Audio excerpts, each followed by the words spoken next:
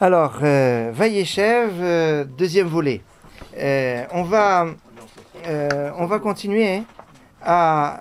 alors, je vais comme je les ai fait tout à l'heure, je vais vous proposer quelques divrei Torah comme ça, pas donc une analyse des psukim proches, mais on va prendre quelques psukim et puis on va essayer de tirer quelque chose avec du moussar, avec des divrei Torah éventuellement que vous pourrez communiquer à table, ça peut être sympathique.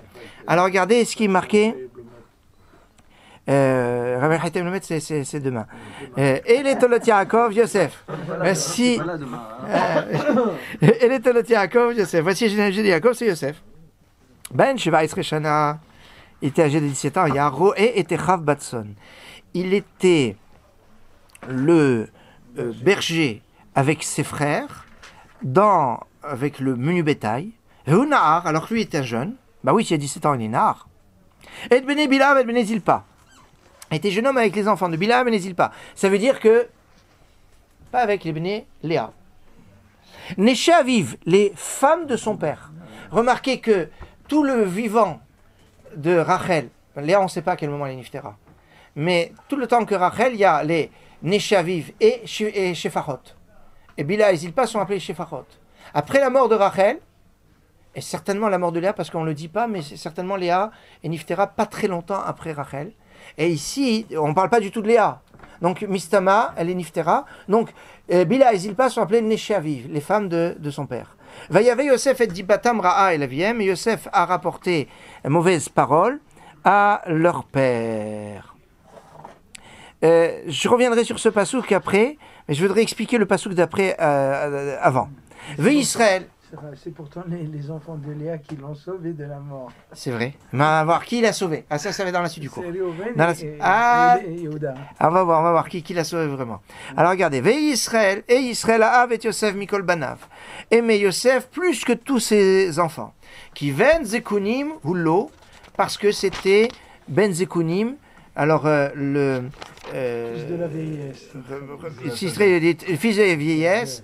Le Targum Unkulos va dire Bar Hakim, le fils de sa sagesse. Zaken Zekana Chochma, c'est celui qui a fait l'éducation de la Chochma. Ve'asalo Ketonet Passim, il lui a fait une Ketonet Passim, une tunique bariolée, comme ça on traduit, ou de fine laine. C'est-à-dire quoi de fine laine? Ça veut dire que c'est une tunique que l'on peut plier et tenir dans la main. C'est pas siad, c'est dans la main. Ou alors il y en a qui disent non, c'est une tunique qui recouvrait la main. C'est-à-dire quand quelqu'un il doit travailler, il se retrouche les manches. C'est-à-dire que quand il n'a pas les manches retrouchées, il a des manches qui vont jusqu'au bout des mains, ça veut dire qu'il ne travaille pas. S'il ne travaille pas, ça veut dire quoi? Ça veut dire que c'est lui qui donne les ordres. Versalo Ketonet Passim, il a fait Ketonet Passim, dire lui, il est là pour diriger les autres. Ça c'est une approche. Ketonet Passim, le Rizkoun, il dit non. Il a vu qu'il avait des problèmes avec ses frères. Hein? Et. Voilà.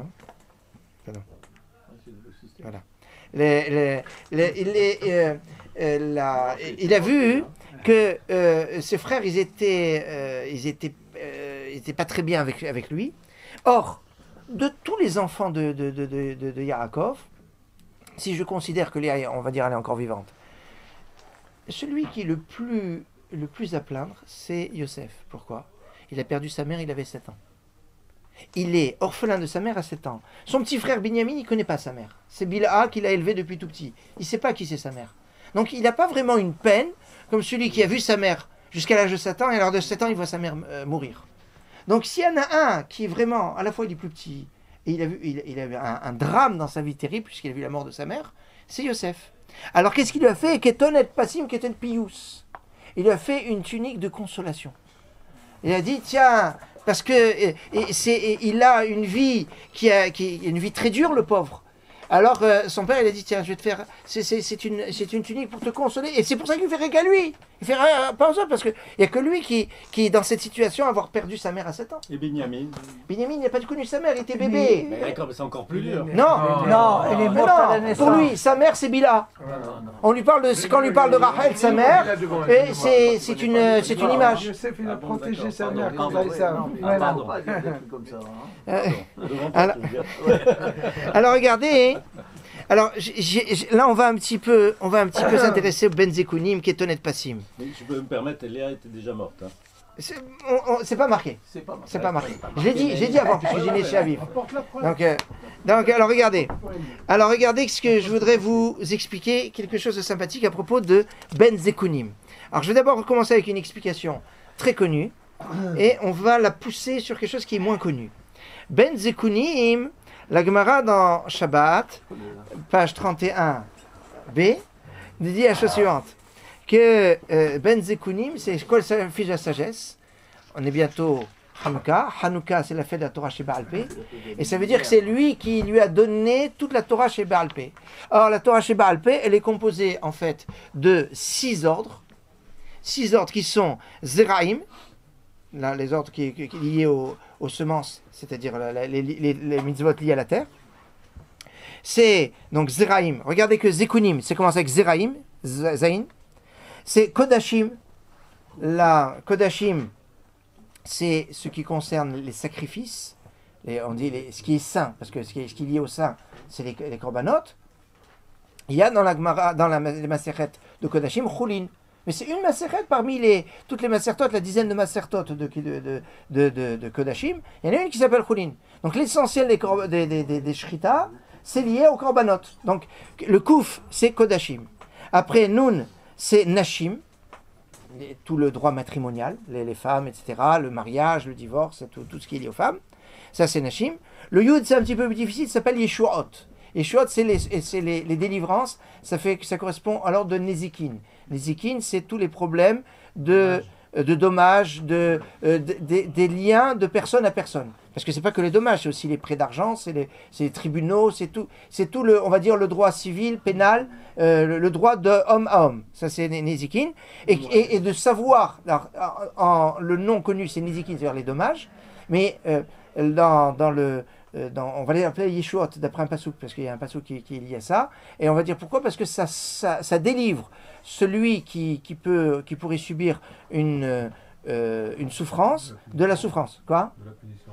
Ou de la punition en haut, parce qu'il paye ici, il ne payera pas là-haut. Quelqu'un qui doit de l'argent à quelqu'un, le Bedin l'oblige à payer, donc il le paye, ça il a essayé de payer. Alors que s'il n'a pas payé, il payera là-haut, décuplé en plus. Donc c'est Yeshuot. Et même c'est Moed, c'est-à-dire c'est lié au fait, donc Shabbat, etc. Il manque, donc vous voyez que Zekunim, ça fait référence aux 5 ordres, il en manque un, c'est Tarot. Tarot, ils n'avaient pas fini, ils avaient commencé à étudier Tarot, et c'est pour ça c'est ce qui manquait. Quoi ? Le Balatourim, il dit comme ça, et ça amené dans plusieurs. Alors maintenant, ce que je vous ai évoqué, pourquoi je suis passé par Yeshuot, parce qu'il y a Gemara dans Shabbat, elle dit, les ordres des Mishnah sont calqués en fait sur un passouk qui dit Ve'aya emunat eitecha hosen yeshuot chochmat vada'at. Donc ce passouk qui dit Ve'aya emunat, donc emuna c'est la confiance, et c'est quoi la confiance? C'est Zraïm, parce que quand je plante une graine dans la terre, il faut avoir confiance à Hachem que la pluie va tomber, que ça va pousser. Parce qu'au moment où je mets mon grain dans la terre, j'ai perdu un grain que je ne vais pas manger. Donc il faut avoir une confiance en Dieu pour pouvoir planter. Quoi? C'est l'Emouna. Donc c'est l'Emouna, c'est avec Zraïm. Après, Aïtecha des temps, le temps, c'est Moed, c'est lié au temps, là c'est flagrant. Hosen, c'est la puissance, c'est Nashim, parce que la force de l'homme, c'est à travers son mariage, à travers sa femme, puisque c'est sa femme qui lui donne tout le Kohar. Yeshuot, on a dit, c'est Nezikin, c'est marqué en tête, donc je vais articuler le Yeshuot de Zekunim, le Yud de Yeshuot, c'est Nezikin. Chochma, c'est Kodashim, parce que dans les notions de Kodashim, il y a une sagesse à avoir. C'est pas quelque chose que on peut. C'est pas par la bina, c'est par la chokhma. Et da'at. Alors ça c'est la connaissance qu'Hachem donne. Il n'y a pas de logique dans le da'at. C'est pas forcément un principe de bina. C'est quelque chose d'une connaissance qu'Hachem donne directement. C'est tarot. Ce qui est taor, ce qui est tamé, c'est pas logique. C'est pas pourquoi il y a certaines choses qui sont tamées. C'est un don du da'at. Alors maintenant qu'on a expliqué ça, on va nous dire la chose suivante. C'est que je vous ai expliqué donc le rapport qui existe entre les 6 ordres de la Mishnah avec les 6 mots de ce pasouk. Le Rav Yehuda Assad, qui est Ashkenaz, je précise, même s'il s'appelle Assad, ça n'a aucun rapport avec Ashkenaz. Il dit Bar Hakim, quand le Targum Koulos dit il était Bar Hakim, ça veut dire il était le fils de la Chokhma. C'est-à-dire quoi le fils de la Chokhma? Si je reprends dans le calque du Passouk, Chokhma c'est Kodashim. Ça veut dire que Yaakov a transmis à Yosef l'essentiel des halachot des Kodashim, des korbanot. Pourquoi il lui a donné? Parce que Yosef a été considéré comme le Bechor. Or, à cette époque, le Bechor, c'est le Kohen. Or, le Kohen, c'est celui qui fait les corbanotes. Donc, c'est pour ça, comme il est amené à amener les corbanotes, donc, comme il est amené à amener les corbanotes, donc il doit connaître Kodashim. Kodashim, c'est la Chokhma, donc c'est pour ça qu'il est Bar Hakim. Seulement, ses frères vont le haïr. Pourquoi? Parce que c'est pas la place du Kohen que de connaître la Shrita. Puisque la Shrita, c'est Kshera Bazar. La Shrita, elle est Kshera avec un Zar, c'est-à-dire quelqu'un qui n'est pas Kohen. Et c'est ça tout le principe. D'Afka, la Shrita, égorger la bête, ça ne doit pas se faire par le Kohen. Ça doit se faire par quelqu'un qui est autre que le Kohen. Alors c'est un peu ça ce que les frères vont faire quand ils vont faire la Shrita du Sérizim. Ils font la Shrita en disant, la Shrita, ça nous revient, ça ne revient pas à Yosef. Et c'est pour ça, comme le Kohen, ce qui est important, c'est qu'il sert avec il ne soit pas Mechoussar Begadim. Il doit avoir tous ses habits.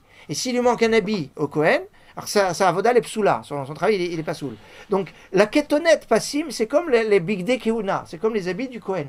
Donc c'est pour ça que les frères prennent la ketonnette passim, ils la trempent dans le sang du séhir, du chevreau qu'ils ont abattu, pour dire, mais la shrita, ça ne doit pas aller avec le Kohen. Donc c'est pour ça qu'il y a contradiction. Vous voyez comment l'histoire elle est on peut dire aussi que c'est pour ça qu'ils n'étaient pas d'accord avec lui pour la halakha de Ever Ben Achai. Je vais venir après. Ever Ben Achai, on va revenir après. Pourquoi Yosef Cohen? Yosef Cohen, parce que à l'époque, le Cohen. Non, attends. Non. Aujourd'hui, le Cohen, c'est une famille de Cohen. Oui. Mais fondamentalement, c'est pas comme ça que ça marche. Ah bon? À la base, c'était le Bechor qui était le Cohen. C'est-à-dire, dans chaque famille, il y a un Cohen. C'est pour ça que quand tu as un Bechor, tu fais le Pidyon Aben. Pourquoi le Pidyon Aben? Parce que ton premier-né, il est Cohen. Donc si tu ne le rachètes pas, il va chez le Cohen. C'est pas ton fils. Alors tu vas chez le Cohen, tu dis, je veux racheter mon fils. Et le Cohen, il te le vend. Donc tu lui donnes de l'argent et tu récupères ton fils. C'est ça le Pidyon Aben. Donc si tu ne le rachètes pas, le Bechor, il est Cohen. C'était la situation avant l'Égypte. Quand on est sorti d'Égypte et plutôt après la faute du veau d'or, à la faute du veau d'or, les Bechorot, ils ont perdu leur statut de Cohen. Et on a fait la distinction entre Bechor et Cohen. Ils sont restés Cohen que ceux qui n'ont pas participé au veau d'or, la tribu de Lévi. C'est pour ça que les Cohen sont la tribu de Lévi. D'ailleurs, le Pidyon Aben, une des raisons, c'est justement à cause de la vente de Yosef par ses frères. C'est un tikkun exactement. Pourquoi on le fait encore? Quoi? Pardon? Ça a été aboli à l'époque. Non. Ça a été le Bechor a perdu. Ah, le Bechor. Et le Bechor a perdu son statut de Cohen à cause de la faute du veau d'or. Donc, mais il a perdu ce statut. Mais à un moment de sa naissance, il a cette kedusha. Donc il a la kedusha de Bechor, qui est la kedusha du Cohen. Il a double part pour la Yerusha. Il a double part, non. Mais son statut, il l'a plus, c'est pour ça qu'on le rachète. C'est pour ça qu'on le rachète. Puisque c'est lui, par exemple, qui lave la main des Kohanim. Oui. Non, parce que pourquoi il lave? Parce qu'il montre par là qu'il est Tov Ayin. C'est-à-dire, j'ai perdu ma place. C'est moi qui aurais dû faire Birkat Kohanim. Et c'est toi le Kohen qui fait Birkat Kohanim. Mais je t'en veux pas. La preuve, c'est que c'est moi qui te lave les mains. Donc vous voyez, il y a cette notion de reconnaissance de la transmission. C'est-à-dire que les Cohen d'aujourd'hui, en fait, ils viennent de la tribu de Lévi. Oui. Non, c'est pas ils viennent de la tribu de Lévi. Ils auraient dû être Cohen. Oui, mais quoi? La tribu. Pardon. Le Cohen d'aujourd'hui, pardon. Oui, Marie, là, je vais partir sur autre chose. Merci. La tribu de Lévi n'a pas commis Oui, bien sûr. C'est un sous-ensemble de la tribu de Lévi. Mais avant Lévi, il y avait la tribu des Cohen. Non, ça n'existait pas. Là, dans la tribu Lévi. C'est la Torah. D'accord. D'accord. Alors maintenant. C'est d'une mère. Pardon? C'est le premier enfant d'une mère. Oui, c'est par rapport à la mère, pas par rapport au père. Oui. C'est-à-dire celui qui ouvre Peter Rechem, celui qui ouvre la matrice. C'est pour ça que s'il naît par césarienne, il n'a pas ouvert la matrice, donc il n'a pas la kedusha du Bechor. Il n'y a pas de mitzvah de Pidyon. S'il y a une césarienne. Ça c'est la Torah, c'est la Torah qui est sa mère. Peter Rechem, c'est pas tout. Voilà, mais c'est lié. Peter Rechem, comme Bechor, c'est par la mère, etc.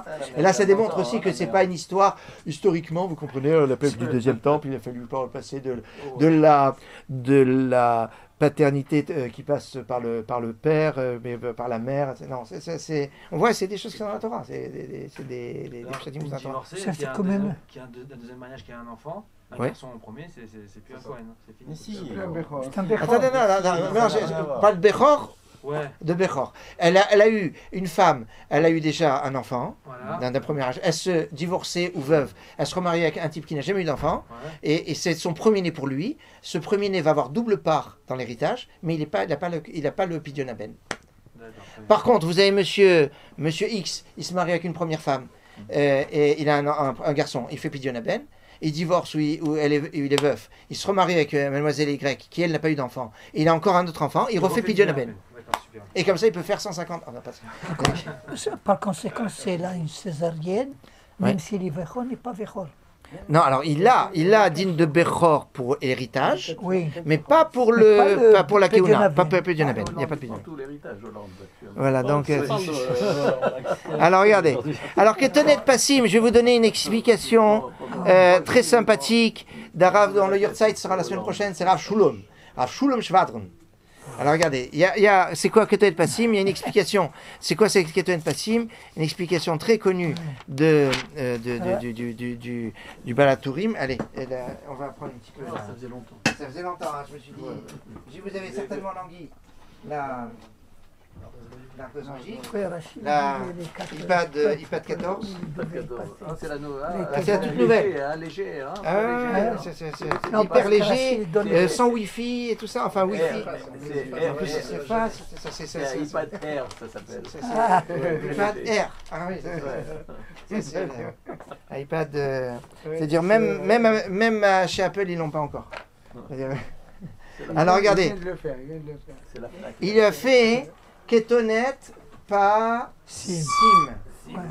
D'accord? Ketonet pas Sim. Ouais. Alors regardez, vous allez tourner quelques pages et vous allez prendre le page 222. 2222. Il y en a le hommage, s'il vous plaît. 222. Page chapitre 37, verset. Verset 36. Potiphar, service. Chapitre 37. Voilà. Socharim. Et Socharim avant. Alors, on a ici, regardez. À Midianim. Les Midianim. Les Midianim l'ont vendu à qui? Ishmaélim. Alors, ici, c'est pas. Pardon, les Ishmaélim, ils sont avant. Je voulais. Ah oui, oui. Alors, attendez. Rachid le dit. Sinon, Rachid dit, mais voilà, regardez. Prenez le verset 27. Vous remontez page 218. Tout en haut. Baim Kiwat Yosef. Ouais. Le Chouvenim Kerenu la Ishmaélim. Allons le vendre. 37. Voilà. Tout en haut, tout en haut, tout en haut. Non, le verset. 220. Page 218.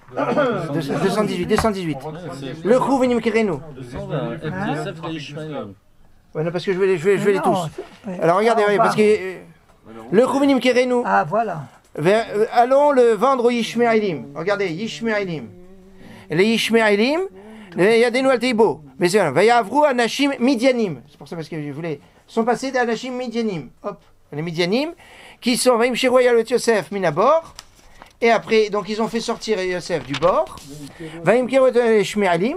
Alors, ils l'ont vendu après aux Ishmaélim. De Midianim, ils ont vendu aux Ishmaélim. Et après, on nous dit Socharim. Ouais, Après, alors on passe. commerçant. Il y a. Commerçant, c'était les Ishmaélim et les Midianim. Non, il y a les Socharim aussi. Les Socharim, c'est les Vous noirs avez les et Socharim, Et les voilà. les Socharim et Avru Anashim Socharim. Voilà. Voilà, ils sont où? Tu as page 218, dernier verset. Voilà. 218. Va y avoir Anashim Midianim Socharim. Voilà. Voilà. Midianim Socharim. On a les Commerçant. Socharim. Et eux, ils l'ont vendu à la fin. Il arrive à qui? Chez qui? Chez Potiphar. Midianim sort. Potiphar. Hein? Midianim Socharim, c'est les mêmes, non? Midianim Socharim, on peut dire. Mais en tout cas, on a Socharim. Et on a Potiphar. Voilà. Attends, grosso modo, Oui, non, on a dans la tunique de Yosef la transmission, le trajet de la vente de Yosef qui va passer des Midianim, Ishmael, à Potiphar. À l'envers. Alors ça veut dire quoi? Ça veut dire que, dit Rav Shalom Shvadron, il dit, les frères, ils étaient jaloux de quoi? De la tunique de Yosef. Ah, quelle tunique? C'était une belle tunique, on va voir après. C'était quoi qu'est-ce qu'il y a dans cette tunique? Alors attendez. Et ils étaient, a priori, la tunique était belle. C'était une belle tunique qui était passim, qui recouvrait les mains, qui avait... avec ça. Mais Rav Shalom Shvadron dit la chose suivante. Les gens, ils sont jaloux parce qu'ils voient quelque chose. Ils voient quelqu'un dans une belle voiture, ils voient quelqu'un dans une belle maison, ou quelqu'un dans ceci ou de cela. Alors, on va être jaloux de ça, mais ils ne savent pas qu'est-ce qu'il y a dans ce package. Il y a toutes sortes de choses. Quand Ahmed Hassan, on va dire, quelqu'un, il a ça, mais il y a, je sais pas, tel problème. Je ne vais pas rentrer dans des détails. Il y a tel souci. Et il y a tout un package. Alors, la personne, elle voit quoi? Elle voit la tunique. Elle voit mais il ne sait pas qu'il y a la tunique, il y a Midianim, Socharim, Potiphar. S'il sait qu'il y avait ça... Et c'est ça, les gens sont souvent jaloux, et ils rêvent d'être à la place d'une personne. Et ils ne connaissent pas leur bonheur d'être à leur place. Mais finalement, quand ils lui ont pris la tunique, c'est quand ils lui ont pris Ils ne connaissent pas le bonheur d'être à leur place. Mais finalement, ce qui est marrant, c'est que quand ils lui ont pris la tunique, ça lui est arrivé tout ça. C'est-à-dire que ça lui est arrivé, il n'avait pas la tunique. Oui. Alors, il avait plus, parce qu'ils l'ont enlevé, mais fondamentalement, on va voir qu'il l'avait encore. C'était l'homme à la tunique. Et ça va être toute la truc. À quel répète? Oui, non, c'est la phrase. À la phrase. Ouais. Les gens rêvent d'être à la place de l'autre et ils ne connaissent pas leur bonheur d'être à leur place. Je sais pas. C'est bien. Passe-le à Facebook. Ah, Facebook. Ouais. La phrase du jour, la citation du jour. Ouais. C'est bien ça, ouais. Alors, Ça va aussi être Bastiam. quoi? Patiam. Alors, si maintenant vous voulez. Alors, il y a Patiam. Bonne journée. Allez, bonne journée. C'est le passage de la mer Rouge. L'ancêtre du Pastel Vigo. Pasiam, c'est vous savez que Ayam Ra'a Vayanos. La mer elle a vu quoi? Que Vayanos Vayetzachutza. Que Yosef il s'est enfui devant la femme de Potiphar. Ouais, c'est ça. Et comme il s'est enfui, donc la mer elle s'est ouverte. Ouais. Pasiam, on a passé la mer, donc c'est ça Pasiam. Maintenant, pourquoi c'est lié aussi au baguette? Parce que à ça Ketonet Passim. Regardez juste, c'est là comme ça va vous. C'est quoi Ketonet Passim? C'est quoi Pass, c'est des barres. Ça veut dire qu'il lui a fait quoi? Il lui a fait un talit. Un talit, c'est pour ça qu'on met des passim. Il y a des barres sur le talit. Et c'est ça, le talit. C'est ce qui permet de quoi? De ne pas se laisser aller derrière le Acharin Echem. Donc c'est pour ça qu'il dit à la fin de Potiphar, je peux pas. Va-t-il PC au Bevigdo? Elle va lui prendre son vêtement. Elle va lui prendre son tzitzit et dire, alors après, il va lui laisser son tzitzit. Il n'y a pas marqué qu'il était tout nu. Il y a marqué qu'il lui a laissé son baguette. Ça veut dire qu'il a laissé son tzitzit. Ça le rend comme s'il était nu. Ah, je sais aussi. Mais en tout cas, elle a le tzitzit. Voilà, si vous n'avez allez-y parce que si vous êtes pressé. Mais c'est juste ce lien avec le tzitzit qui pouvait être sympathique. C'est-à-dire que sur la Ketonet Passim, il y avait des Il y avait des barres, passe, c'est pas c'est une sorte de Il avait un talit sur lui. on pourrait dire et certains vont dire que justement toute la simple quoi? Qu'est-ce que tu appelles des barres dans le talit? Non, les barres, on voit que dans le talitot, ils ont les barres noires. Les bandes, il y a les bandes. Si, parce que même si vous avez un talit tout blanc, il y a des bandes blanches. Voilà. Il y a que des bandes. Tout temps, ouais. C'est pour la Ah non, correct. je vous parle d'un talit en laine.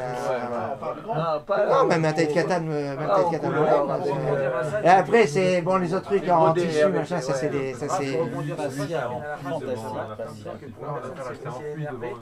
Elle va prendre ses titites.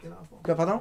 Si une personne est énervée, Ouais. elle est en colère, en prenant ses titites, Ouais. ça lui permet en fait de... Oui, il y a entre le kaas et la colère et les tzitzit, il y a un lien. C'est ça, c'est vrai. C'est juste. Mais quel rapport qu'il y a entre le fait que Yosef, d'accord, il s'est enfui de Potiphar et que la mère s'est enfuie du peuple Israël? C'est un problème surnaturel? Oui. C'est ça, passé au-dessus de la nature. Il passe au-dessus de la nature les deux. Exactement. Le fait de se contrôler. Passer là, se contrôler, parce que là, on sait que la passion, c'est comme l'eau. Ça défonce tout, ça casse tout, ça détruit tout. Et la passion, quand quelqu'un il est passionné au niveau amour, etc., ou machin, ça casse tout, il a plus de puissance. Victor Pérez. Bon, mais si. Et, non, donc ça passe tout. Donc, et donc, le héros, c'est qui? C'est celui qui sait maîtriser. Sinon, il se fait défoncer. Hein? C'est une autre Non, parce qu'il y a presque Youssef. Il y a presque Youssef sans Se le faire vin. maîtriser ou Il y a presque l'envers. Yosef. maîtriser sa ou mère, ouais, il- défoncer. Mais sa mère, ouais, ça c'est pas, c'est bien. C'est bien. Alors maintenant, Donc, si vous voulez dans une autre approche que Tu me refais de l'écrire le il y a ah oui, c'est quoi Ketonet Passim? C'est que Yaakov, c'est celui qui a su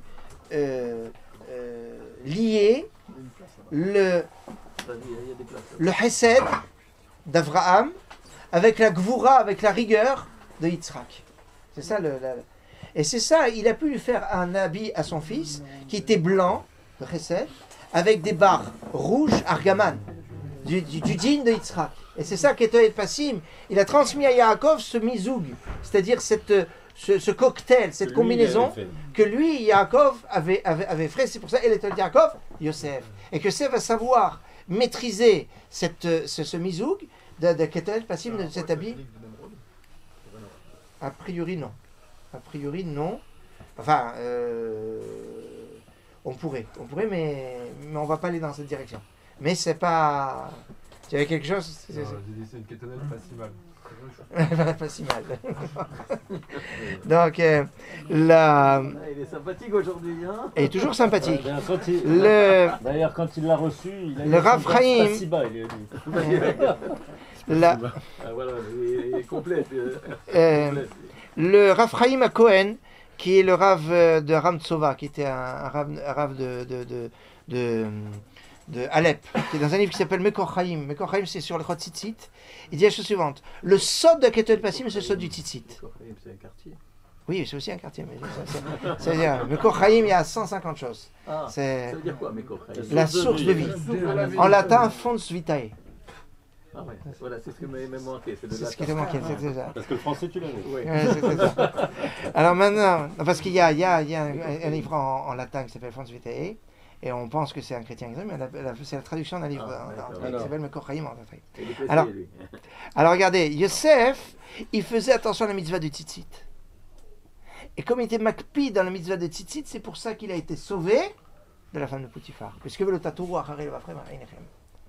et c'est pour ça. Alors après, j'espère qu'on va pouvoir arriver après au cours entre Hanouka et Yosef, parce que c'est toujours par la période des parachiotes de Yosef qu'il y a la fête de Hanouka qui tombe. Ah oui, il y a aussi Zekunim, Zain, Kanim. Zain Kanim. Les sept Ça fait 7 de branches de la de menorah. Il y a. Et quand on fait, je crois, 7 fois le mot Chorma, on a la gématrie de Osnat.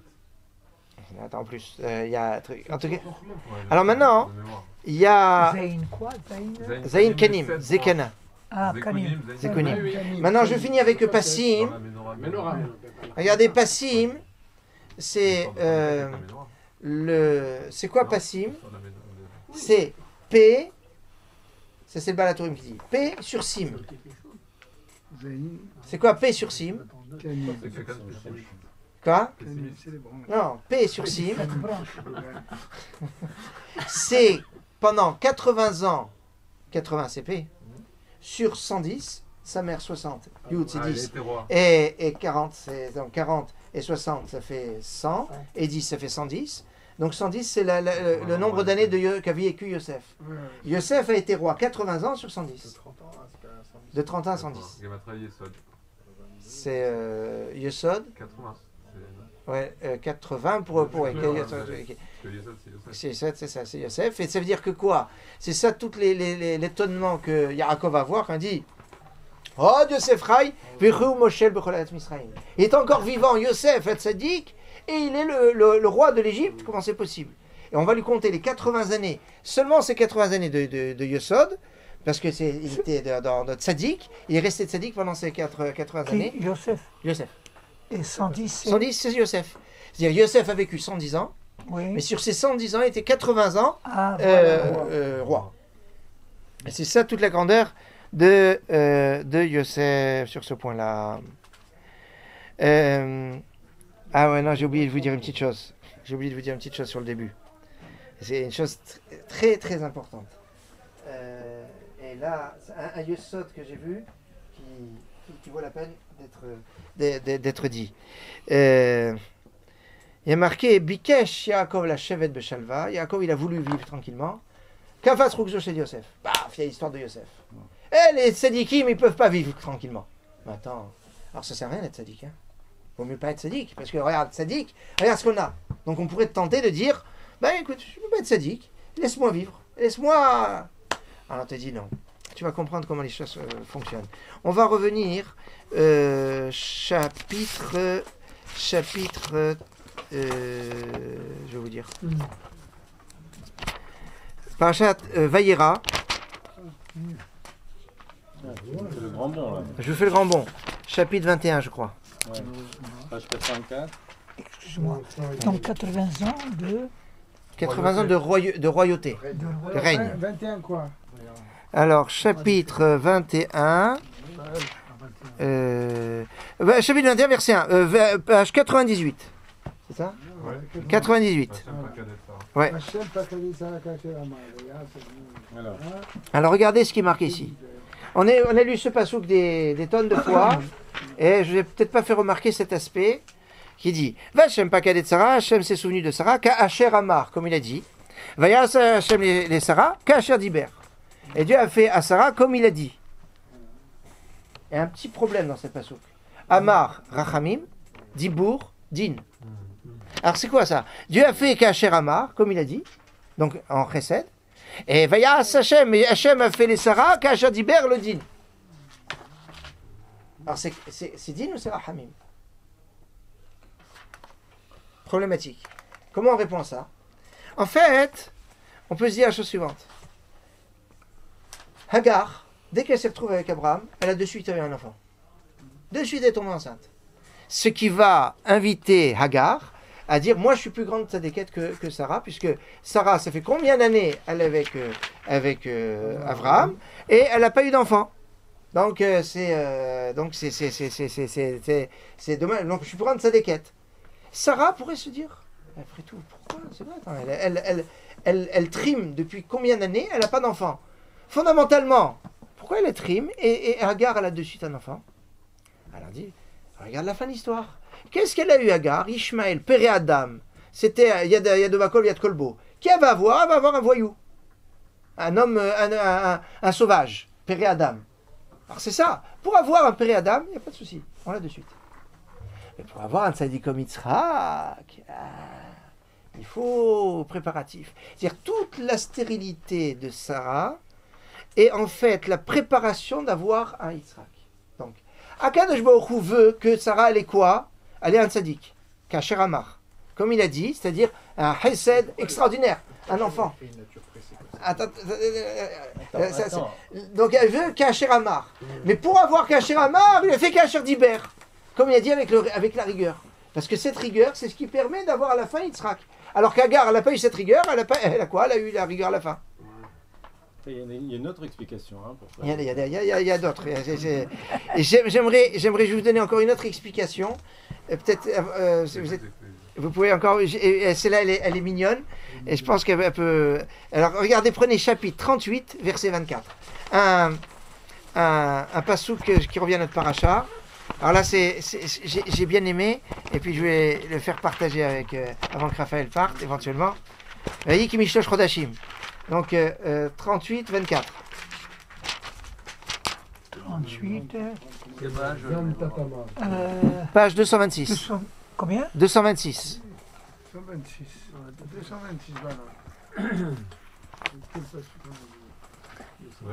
Verset 24. Vayi ki mishlosh chodashim. Alors là, c'est une explication. Vayi ki mishlosh chodashim. Alors regardez, d'abord je vais le lire, je vais le traduire normalement. Et après, je vais vous donner une deuxième lecture que j'ai trouvée très, très sympathique. Et je me suis dit, ça vaut la peine que je vous la fasse partager. Alors il dit, regardez. Vayi ki mishlosh chodashim. Donc on est dans l'histoire de Tamar. Tamar qui s'est fait passer pour une prostituée et qui a eu des relations avec Yehuda, elle tombe enceinte. Elle tombe enceinte et on est là. Vayi ki mishlosh chodashim. Ce fut après 3 mois. C'est de là l'histoire qu'on n'annonce pas qu'une femme est enceinte avant les 3 mois. Vayugal Yehuda. On a raconté à Yehuda, il est mort, on lui a dit Zanta Tamar Kalatecha. Tamar, ta bru, s'est prostituée. Vega Mine Arai Zulim. En plus de ça, elle est maintenant enceinte de cela. Vayomer Yehuda. Yehuda, il a dit bon. Hot Siwa Vetisaref. Sortez-la et brûlez-la. Pourquoi? Parce que c'était une fille de Cohen. C'était la fille de Shem. Et au bas de Cohen qui était Haliznot, la fille de Cohen qui fait du znout. Baesh Tisaref. Elle est brûlée dans le feu. Himotset. Elle est sortie pour être brûlée. Veishal Hay Hamia, elle est morte. Et elle renvoie à son beau-père en disant Le Ish Asherel Lelo, à celui qui a ces choses-là, Anochiara, moi je suis enceinte. Vatomer, elle dit Hakerna, reconnais, Lemia Chotemel Vapetilim Amatea Ele. Alors elle dit reconnais à qui est ce seau, ces fils et ce bâton qu'il avait laissé en dépôt. Elle veut pas le faire blêmir en public. Donc elle dit s'il reconnaît, tant mieux, sinon c'est mieux de mourir plutôt que de faire blêmir. Vaut mieux passer par le feu que de faire blanchir quelqu'un. Vayakir Yehuda. Alors Yehuda a reconnu. Vayomer tzadka mimeni. Elle a été plus juste que moi. Qui alken netati aleshela. Parce que j'ai pas donné à Sheila mon fils pour dans le cadre d'Inoïboum. Velo yasafo de data. Alors il a laissé tranquille. Alors maintenant qu'on a eu cette lecture, Vaïk et Mishlosh Chodashim. Maintenant je reprends depuis le début et je vais vous donner une deuxième lecture sympathique. Il dit ce fut après 3 mois. Après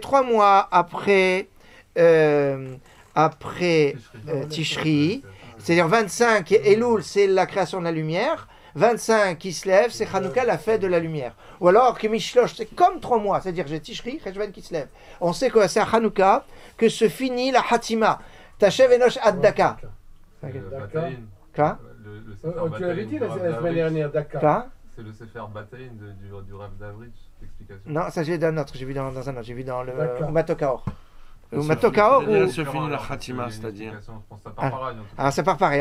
C'est-à-dire, elle se finit la Khatima. C'est-à-dire tout le jugement des prières qu'on a fait à Rosh Hashanah, à Kippour et Sukkot, la fin de tout, le dernier saut, les derniers coups de tampon, c'est à Zot Hanouka Torah. Zot Hanouka Tabisbia. Daka, c'est quoi? Daka, Aleph. Ça fait 25. 25. Donc, à part, premier, enfin, Hanouka, c'est le truc. Pas au Shonarabah. Non, ça y est encore jusqu'à. Et alors on nous dit, alors regardez. On est 3 mois après Rosh Hashanah Kippour, Sukkot, on a pris les Hoshana Rabbah, et on a pris à Ne'ila, et on a pris à Rosh Hashanah, et on a dit, Vatomé, on a dit Zanta, Tamar Kalatecha. Tamar c'est Tamar, il n'y a plus de mar. C'est ce qu'on a mangé à Rosh Hashanah, on a pris quelque chose qui était doux. Mais Tamar, ça fait 640. 640, c'est 541 plus 99. Il manque 1 pour faire 100. C'est Israël et qui manque les 100 brachot. Il manque, on doit faire 100 brachot.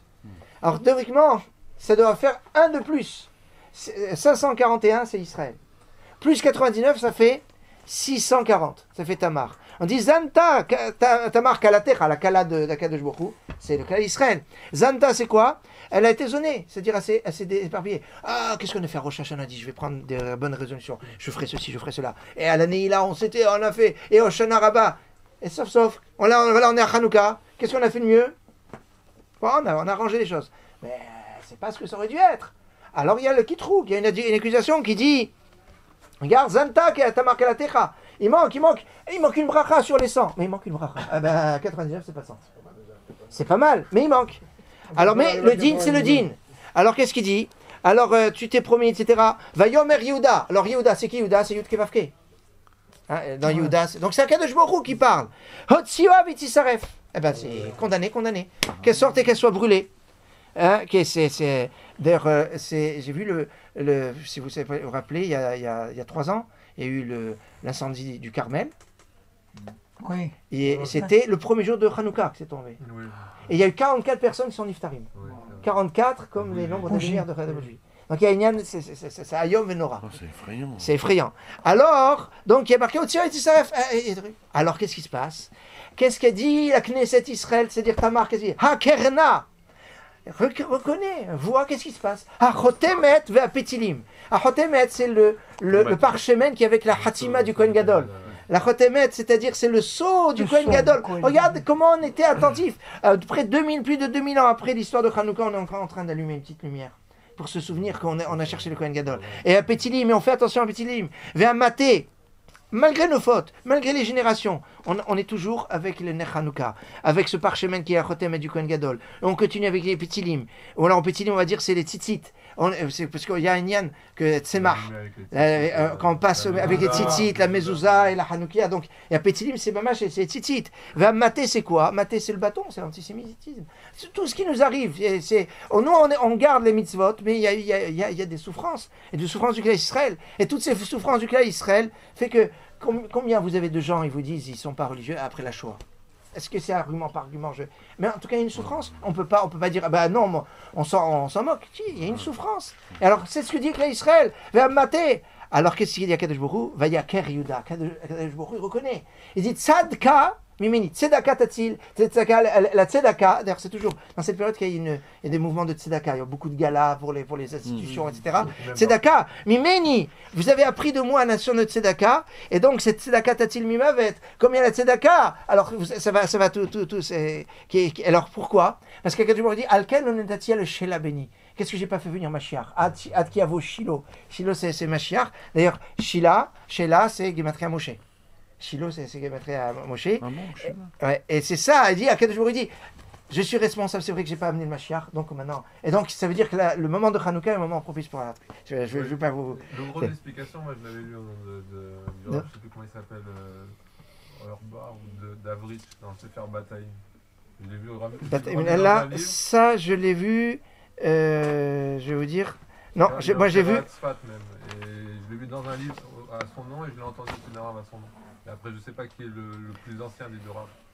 Non, ça je l'ai repris dans c'est dans un Aolon qui s'appelle Benetzion. C'est un petit bon derrière les fagots ça. Mais peut-être qu'il a repris. Mais... Ouais, c'est certain. Certainement, ça doit être lui. Souvent, il ramène des enseignements de Maorat Torah de Rav Friedman. Pas le même Rav Friedman, enfin, l'explication, voilà. Moi je sais qu'elle est connue au nom de Sefer Bataille. Ça, en tout cas, c'est une belle relecture de cette la suite est moins rassurante. Hein? Il ne lui donna plus le date. Non, il a plus embêté. Ouais, il a plus embêté, il a dit bon, alors maintenant. Allez, on va aller. Il aurait dû donner toute le date. Alors non, ici qu'est-ce qu'il y a? Voilà, c'est quoi la Géoula? Elle arrive. Et c'est quoi? Tomim, Bevitna, et il y a la naissance de Pérez, la naissance du Mashiach. Mais je comprends pas, il l'a pas épousée? Il n'a pas épousé sa belle-fille? Si, mais elle a pressé ses enfants, puisque maintenant, quand on parle de Zérah, Pérez et Zérah, c'est les enfants d'Yehuda. Donc il n'y a pas d'équivoque sur la question. Ça vous va? Ça, c'est très bien. Alors maintenant, je vais vous donner une autre... 640, ça correspond à quoi? Pardon? 640 plus 99. 640, c'est 640. 21 plus ça fait 551 plus 99. 541 plus 99. C'est Israël plus 99 mitzvot. Brachot parce qu'il manque une bracha. Voilà. C'est les 100 brachot que tu dois faire chaque jour. Israël 541. Oui. Ouais. Combien on en fait? On doit faire 100. Comment on a fait? On a fait 100. 99. Oui. Non, on n'est pas loin. Représentant les brachot avec le Shabbat, parfaits qui doivent être au nombre de 100.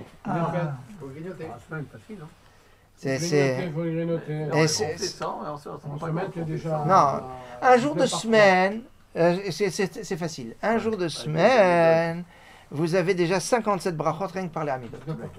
19 par 3 déjà. Donc on n'a plus de la moitié, rien qu'avec les Amidot. Les brachot du matin, il y en a encore, disait 23. Plus les brachot du schéma. Si on fait une Seuda, ça fait 6 brachot pratiquement, puisque il y a Netila, Motsi et les 4 brachot du Birkat. Alors non, tu perds. Non, maintenant si tu fais pas Motsi, tu vas faire Mezonot, Aetz, Adama, Sheakol, et Bonefashot à la Mirkia. Tu retrouves les 6. J'ai rattrapé. Alors, il y a quoi? La problématique, elle est Shabbat. Parce que Shabbat, chaque Amida a 7 brachot au lieu de 19. Donc au lieu d'avoir 57 brachot, vous avez 28 brachot, parce qu'il y a 4 Amidot. Pour faire les haftarot comme ils faisaient leur avocat. Alors, qu'est-ce qu'on fait chez les séfarades?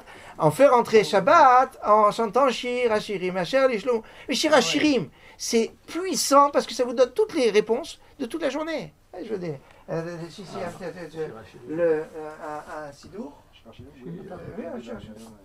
Voilà, t'es Ah oui, filé. c'est une bonne idée. Alors regardez, prenez Shir Hashirim. Alors, regardez Shir Hashirim. J'ouvre une petite... Voilà, ici, Shir Hashirim, comme ça on la volait tous. Prenez la fin de Shir Hashirim. 1331. Alors non, alors la fin. Il est dans le même livre. Ouais, dans le même livre. Ah oui, là. Voilà. Israël, ça fait 300, 500, 541. Page 1337, la fin de Shir Hashirim. Chapitre 8, verset 12. 1000 combien? Hein? La page 1337. 1337. Hayoshevet Bagani. Non, pardon. Karmi Sheli Lefanaya Elef Lecha Shelomo. Umatayne Noterim et Pirio. Hayoshevet Bagani. Maxime Mekola Shmiaeni. Berach Dodi. Unmilechazvi. Ferrim Alarevater. Pardon. Hein? International. Tunisien, c'est différent.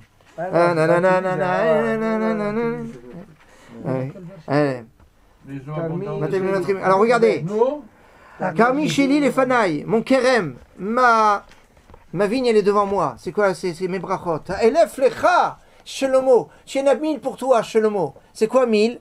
On dit que si quelqu'un il a fait la shrita d'une bête, d'un poulet, le sang a coulé, qu'est-ce qu'on fait?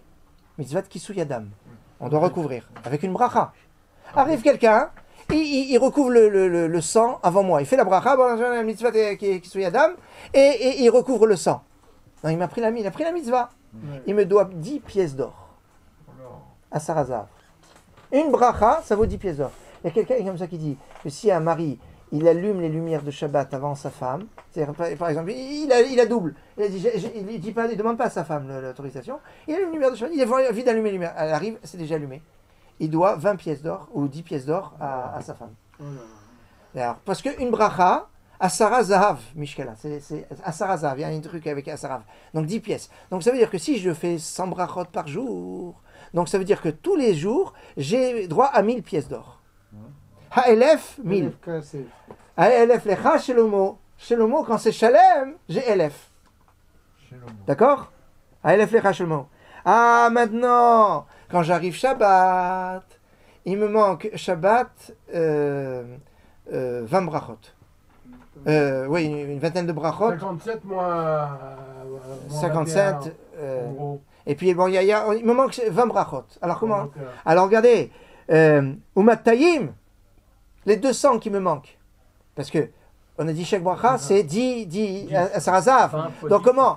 Ça fait 200. Matayim, la notrim et pirio. Quand je garde le fruit, quand je fais bracha sur les pérotes. Comment ça, on fait des brachot, on va manger, etc. etc. Donc, je vais garder, je vais rattraper les 100 qui me manquent en faisant ces brachot. Ah, maintenant, il y a une autre façon. Hayoshevet baganim. Celui qui est assis dans le Gan. C'est quoi le Gan? Le Gan, c'est le lieu où on lit les 53 parachutes de la Torah. C'est la synagogue. Hayoshevet baganim, celui qui est assis dans les Beit Knesset. Quoi? Haverim, les amis, Makshivim, les colères. Hashmiani, ils écoutent ta voix et ils vont garder, ils vont quoi? Ils vont récupérer les 200 brachot qui leur manquent. Enfin, les 20 brachot qui leur manquent. Comment Hayoshevet baganim? Ils écoutent. Parce que quand il y a 10 personnes, il y a 10 personnes qui montent à la Torah le Shabbat. Il y en a 7 le matin, je ne compte pas le maftir puisqu'il est en plus. Il y a 7 le matin et 3 l'après-midi. Ça fait 10 personnes. Ils font chacun une bracha avant, une bracha après. J'écoute Baruch Hu Baruch Shemo, Amen. Ça me fait les 20 brachot qui manquent. Hayoshevet bagim, Havei Makshim les colères, ils écoutent bien la voix et ils arrivent aux 200. Parce que ça compte, là, les réponses de... Ah oui, à défaut, bien sûr. À défaut. À défaut. L'idéal, c'est de faire soi-même le brachot. Même il y a même des cas où on a un safek bracha habituellement, on dit il faut pas faire. On dit Shabbat tu fais parce que tu dois rattraper les brachot. Donc ça c'était un petit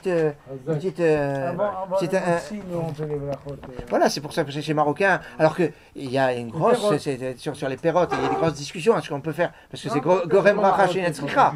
C'est quand on fait des brachot sur les Yaakov, quand on fait les brachot sur le Haetz Adama, etc. Si c'est au milieu du repas, vous ne ferez pas ces brachot. Donc en fait, là, j'entraîne des brachot, mais comme c'est Shabbat, alors le minag il tient bien la route. Je vous ai dit tout à l'heure que j'ai laissé un pasouk que volontairement un petit peu en suspens. Je reviens sur ce pasouk parce que vous allez voir quelque chose vous allez voir de ce que vous allez voir. Reprenez page 212. Et là, parce que souvent on dit c'est paracha de Vayeshev, c'est la paracha clé sur le Lashon Hara. C'est que le Chafetz Chaim a écrit un sefer où il explique les parachiotes un petit peu, enfin par rapport au Shmirat HaLashon. Sur paracha de Vayeshev, il y a c'est ce pasouk là, on nous dit Vayave Yosef et Dibbatam Ra'a Elaviem. Yosef il a amené Dibba Ra'a. Alors on voit dans les Sfarim, on dit la cause de la descente en Égypte, c'est le Lashon Hara de Yosef. Alors c'est un peu estomacant parce qu'on se dit Yosef Hatzadik, quoi, tu es en train de Yosef Hatzadik, tu es en train de me dire toute la cause de la galoute, c'est le Lashon Hara de Yosef. Au degré de Yosef, ça a fait, on peut être. Mais Yosef Hatzadik, c'est Yosef Hatzadik, et ce qu'il a dit, il chot Lashon Hara dans un Lashon Hara qui était moutar, parce que c'est qu'il y a du Lashon Hara assour et du Lashon Hara moutar. C'est toilette, c'est certain. Et alors, quand les conditions sont réunies, alors il y a par exemple, quelqu'un doit faire une affaire avec une autre personne, ou quelqu'un doit se marier, et qu'on a une information qui va avoir une importance. Ça souffre de la cacher. On peut pas. Vous avez par exemple un jeune homme qui doit se marier avec une jeune fille, et on sait que ce jeune homme a une maladie très grave. Et le cacher à la fille, c'est un crime. Après, on donne l'information. On ne donne pas l'information pour le casser, mais pour qu'elle sache, parce que peut-être elle veut se marier, peut-être elle ne voudra pas se marier à cause de ça, parce que ça va avoir une incidence pour elle, pour ses enfants. Donc, on va dire, il y a un type, c'est pas un mauvais bougre, mais c'est un type qui ne sait pas gérer ses budgets. Il a fait plusieurs associations avec plusieurs personnes, et après, il perd beaucoup d'argent, il ne sait pas les trucs, et après, il ne rend jamais l'argent. Et maintenant, il est sur le point de s'associer avec quelqu'un, où il va lui prendre aussi, comme d'habitude, l'argent, et il va le planter comme il a planté déjà Réhouven et Shimon.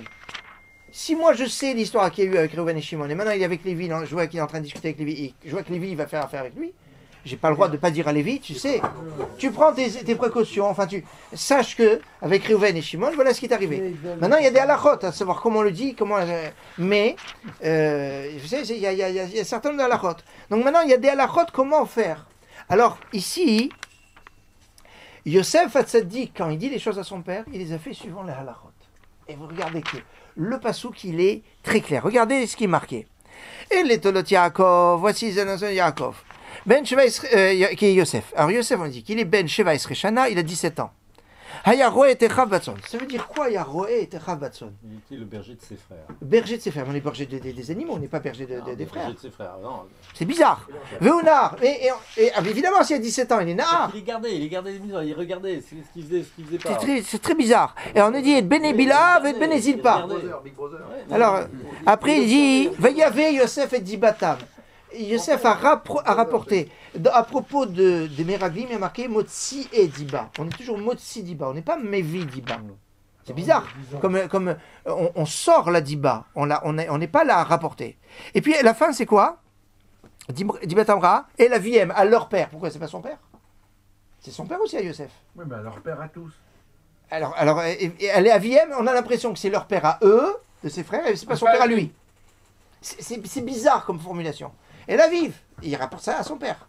Alors tous ces dioukim, ils sont donc précis, parce que si quelqu'un, il voit quelqu'un qui fait quelque chose de pas bien, voyant qu'il fait quelque chose de pas bien, il a une mitzvah de tochacha. Il faut qu'il aide à... C'est pour l'aider à... Il voit quelqu'un qui se comporte pas bien, c'est une mitzvah que de lui dire, attends, fais attention, c'est pas... Maintenant, je suis parti, je lui parlais, il veut pas m'entendre. Il m'écoute pas. Ou mieux encore, en lui disant ça, il risque de faire ah tu me dis ça mais comme je t'aime pas ou parce que ce truc, je vais faire exactement le contraire. Ou alors maintenant il va avoir l'information, il va faire bémézide. Il faut faire attention. Alors c'est ça. Remarquez qu'il y a Echav et après Nahar et Bnei Bilha. Au début il est Roé et Echav. Quand on dit avec ses frères, c'est pas seulement Bnei Bilha, Bnei Zilpa, c'est avec tous ses frères. Notamment les Bnei Léa. Donc il essaye de les orienter. Et Roé, c'est-à-dire il essaye d'être leur berger.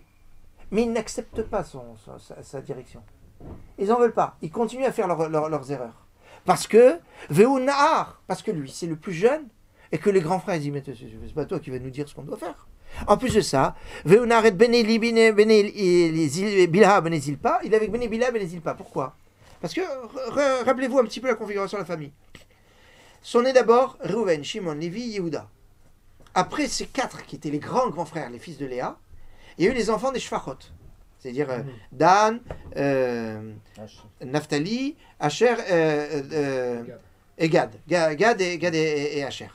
Donc les 4 des Bnei Shfachot. Et après sont nés les petits de Léa, Issachar et Zevulun, mais qui avaient quelque chose de lien avec les grands, puisqu'ils avaient la même mère. Et après tout cela, naît Yosef. Alors Yosef, qu'est-ce qui se trouve? Il est en dernier, et même si les frères qui sont un petit peu au-dessus, vous savez, souvent les petits vont ensemble, les grands vont ensemble. Mais ceux qui sont Issachar et Zevulun, qui sont les plus petits, qui sont les plus proches, eux, c'est les enfants de Léa aussi. Donc, ils sont proches avec les grands frères. Et donc, lui, spontanément, il se rapproche de qui? De Bnei Bilha et Bnei Zilpa. Pourquoi? Parce que, comme je vous ai dit tout à l'heure, depuis l'âge de 7 ans, il a perdu sa mère. Et qui l'élève? C'est Bilha. Donc, Bilha, elle a ses enfants. Et elle a Yosef. Il vit avec ses enfants. Donc il est avec les enfants de Bilha. Et donc Bilha avec Zilpa. Donc nécessairement il est avec les petits, enfin les Shefachot, et il n'est pas avec Issachar ni avec les grands frères. Donc il y a une... Et parce qu'il n'est pas avec eux, alors ils ont dit, c'est pas toi qui vas nous dire ce qu'on doit faire. Tu es avec les Bnei Shefachot. Tu es les petits. Donc il a toutes les raisons pour que ses frères ne l'écoutent pas. Et la preuve c'est que Ve'oreh et Echav, il a voulu à un moment un peu les diriger, ils n'ont pas voulu l'écouter. Alors, qu'est-ce qui lui reste comme solution pour pouvoir faire qu'ils vont aller bien? Eh bien, il faut, dans ces cas-là, c'est marqué dans la halachot, si vous voyez quelqu'un qui ne fonctionne pas bien, et que soit vous avez essayé, soit vous savez pertinemment que de toutes les façons, il ne vous écoutera pas, alors il faut essayer de s'adresser à quelqu'un qui peut avoir de l'influence sur lui, soit son père, son rave, son ami qui est très proche, et de lui parler à cette personne, de lui dire, voilà, ton fils, ton élève, il fait ça, ça, ça et ça, il faudrait le mettre sur le droit chemin. Et la mitzvah, elle est comme ça. Mais attention, dans ces cas-là, il faut prendre un certain nombre de conditions. Première condition, il faut que on rapporte les choses exactement. Dans les termes, c'est-à-dire on ne rajoute pas des fioritures. On ne dit pas, ouais, on rajoute pas, et par exemple, on va dire, il emprunte de l'argent, il ne rembourse pas. Il emprunte de l'argent, il ne rembourse pas. C'est pas un voleur. Mais je peux comprendre quand je dis, c'est un voleur. Alors, ça veut dire, il prend aussi de l'argent. Non, il emprunte de l'argent, il ne rembourse pas.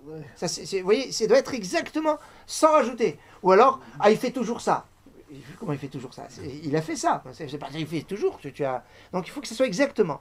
Il faut que quand ils le disent, ils le fassent sans une intention de se glorifier. Vous savez, quand quelqu'un parle du mal de quelqu'un d'autre, il peut avoir deux sens. Ça dépend de la kavana qu'il a. Soit c'est de dire, il a fait quelque chose de mal, il faut qu'on l'aide pour qu'il s'arrange. Soit il a fait quelque chose de mal, lui il fait quelque chose de mal, moi je fais quelque chose de bien. Lui c'est un voleur. C'est-à-dire que moi je suis honnête. Donc vous voyez, moi je suis quelqu'un de bien. Et donc, il faut avoir dans cette attitude une précision dans le comportement, dans la façon, et c'est ça. Alors regardez ce qui... d'abord, il y a une chose que j'avais oublié de vous dire, c'est que Roé était Rav Batson. C'est pourquoi il était le dirigeant de ses frères avec Tson, avec le Tson. Pourquoi? Ça veut dire que quand il les a réprimandés les premières fois où il a essayé de les orienter, c'était avec le Tson, c'est-à-dire dans les champs, pas devant tout le monde. Il a essayé de les réprimander, mais Tsniout. Tson, c'est proche de Tsniout. Donc d'une façon tsanoua. Et il a vu qu'ils n'écoutent pas. Alors, il avait une autre façon. C'est quoi? C'est que se faire befarsia. On sait qu'il y a marqué comme ça, quand quelqu'un, on le réprimande en cachette et qu'il n'écoute pas, alors on peut passer à vitesse supérieure, c'est-à-dire devant tout le monde. Et ça, c'est risqué, parce qu'il peut avoir, la suite qu'on va voir, le problème de Malbin Penechavero. Et c'est pas évident, mais on a trouvé des fois des cas où c'est public, où le sens n'était pas d'être Malbin Penechavero, mais c'était de le sauver. Et c'est pas évident. Et des fois, on laisse des plumes sur ces points-là, mais enfin, en tout cas, lui, il avait ses Betson. Betsiniout, ils n'ont pas écouté. Donc c'est pour ça qu'il est passé à vitesse supérieure. C'est quoi? Pas en public, mais passé par le père. Véonar, pourquoi? Parce qu'il est Bénébila, Bénézilpa, il est avec les Bénézilpa, qui étaient les femmes de son père quand même. Mais il n'était pas accepté par ses frères. Alors qu'est-ce qui se passe? Vayavé Yosef. Vayavé Yosef, il a apporté. Il n'y a pas marqué Vaï sa père ou Vayaged. Parce que quand vous racontez, vous rajoutez des phrases, vous rajoutez une introduction, une conclusion. On romance un petit peu. Il y a quelque chose. Ça, Vayaged, c'est raconté. C'est Haggadah, donc on rajoute des choses. On brode un petit peu. Non, Vayavé, il a porté comme quelqu'un qui amène une lettre. Une information. Une lettre. Vayavé, c'est un messager. Messager fidèle, non, j'avais un coursier, voilà. Le coursier, quoi? Il prend une lettre de quelqu'un, Vayavé, il la porte à l'autre. C'est-à-dire, la lettre, lui, il n'a rien fait sur cette lettre. C'est le message tel qu'il a reçu, il le redonne. Vayavé, comme une lettre qu'il a reçue, qu'il a donnée. Et ça, c'est ce qu'il y a Vayavé, Yosef. Et dit Batam Ra'a, et la vième. Et il a fait, pas la vive à son père, pour dire, papa, t'as vu comment je suis? Et la vième à leur père. Il a parlé à Yaakov, escalité, père de ces personnes-là. Et c'est pour ça on voit que tout est précis dans le sens où ce qui fait Yosef ici, c'est dans la halachot, la shonara. Et donc il n'est pas ouvert sur quoi que ce soit. Et malgré ça, il y a quelque chose, il y a un shemetz qui va dire Yosef est dibatam. C'est parce qu'il y a marqué dibatam ra'a. C'est comme l'histoire du trou avec le mur. On n'est pas avec un problème du clou. Le clou, il a été enlevé depuis longtemps. Le problème, c'est la trace du clou qui est dans le mur. C'est ça ce qu'il y a quand on est avec les avot à Kedoshim. On n'imagine pas le degré de Kedusha qu'ont les patriarches. C'est ceux qui bizarre, c'est en Dibatam, c'est déjà rare. Non, Diba, c'est pas forcément Ra. Diba, non. C'est une parole. Ouais, c'est parole. Diba, c'est parole. Ouais. On le comprend en général comme mauvais. Et j'ai vu dans les Mefarshim, ils disent ici c'est Ra'a. Parce que tu as peur d'Ibatova. Attends, excuse-moi, mais là, les paroles Ra, c'est pas les paroles de Yosef. Il rapportait les paroles Ra de ses frères. Oui, des paroles du Ra de ses frères. Oui, c'était pas, les Ra. J'entends. Parce que c'était les paroles de ses frères sur ses autres frères. J'entends. Mais c'est quelque chose de Ra. La situation de Yosef est toujours compliquée parce que c'est pas la première fois où il va y avoir une deuxième fois après. Où il a sa parole qui est pure, qui est cachère, tout ce qu'on veut, on va dire qu'il a été au-delà de ce qu'il aurait dû faire. Avec son père. Et les chansons. Quand il va dire Kimis Kartani, quand tu vas te souvenir de moi. Mais c'est ça. Non, mais c'est ça. Yosef, c'est Yosef Hatzadik. Et quand on dit Yosef Hatzadik, il faut savoir qu'on place le degré à un din. Plus le tzaddik est tzaddik, plus il peut se placer dans une dimension de din. C'est ça le principe. Bereshit bara Elohim et Hashem et Taretz. Au commencement, Hashem a créé Elohim, c'est-à-dire Bemidat Hadin. On dirait qu'Akadosh Baruch Hu a voulu Bemarshava, que ça soit Bedin. Et il a vu que le monde ne pouvait pas, alors il chitev Midat Alachamim. Si ça ne peut pas fonctionner sur Midat Hadin, Hashem, Akadosh Baruch Hu ne connaît pas le monde, il sait bien avant que ça peut fonctionner. Non, parce que plus on monte dans la Marshava, c'est-à-dire plus on monte dans le raffinement, et plus c'est din. Un tzaddik, comme il monte dans la Marshava, donc il monte dans un degré de din qui peut être des fois un degré de din qui est phénoménal. C'est le problème de Moshe Rabbeinu. On lui reproche quoi, Moshe Rabbeinu? Avoir frappé? Non, on ne s'est pas frappé, puisqu'il fallait frapper aussi, puisqu'on regarde la première fois qu'il fallait frapper. Et alors, c'est parce qu'il n'a pas parlé? Non, mais il fallait parler. Il dit Barthème, et là, c'est là, il est marqué. Alors, il a parlé. C'est pas évident. C'est quoi la faute de Moshe Rabbeinu?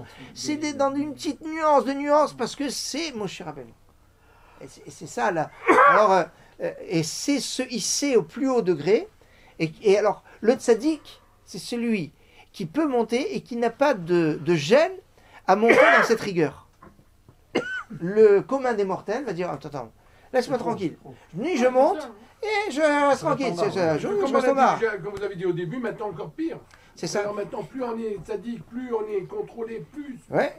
Mais ça, on le voit. plus on descend et plus il y a du chesed, et il y a des rachamim. On le voit par exemple dans je crois que ça va être dans le cours qu'on va faire tout à l'heure. Il y a une girsa dans le Rama Mipano, pas le Rama Moshe Salis, Rabbi Azaria Menachem de Pano. Il dit, il y a quelque chose qui est connu, c'est que Ner Shabbat, on ne peut utiliser que certaines huiles, certaines mèches. Ça, je vous ai déjà fait. Même Madikin. Ner Shabbat, Ner Hanouka, même ceux que je ne peux pas utiliser pour Shabbat. Alors, le Rama Mipano, il dit la suivante. Il y a marqué dans la Gemara que Hazlaïr ben Ner, Havialan, Banim, Talmidei Chachamim. Celui qui fait attention au Ner, la Gemara dit comme ça. Il a Banim, Talmidei Chachamim. Tout à l'heure, je reviendrai sur c'est quoi, qu'est-ce qu'il y a derrière cette phrase. Mais lui, il va dire la chose suivante.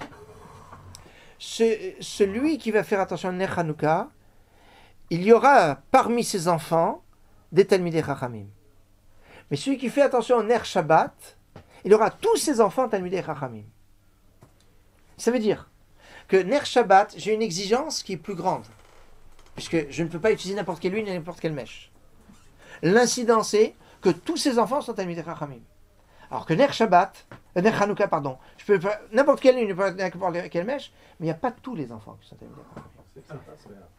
Il y aura des Talmidei Chachamim parmi ses enfants. On ne dit pas combien, 1, 2, 10, 20, enfin ça dépend combien d'enfants. En tout cas, il n'y a pas de précision combien. Alors là, c'est tous. Alors, c'est quoi le principe? C'est que Ner Hanouka, on permet tout, mais en échange, tu ratisses pas tout. Alors, Ner Shabbat, il y a une exigence plus grande, mais l'exigence plus grande permet de ratisser plus large au niveau du srout.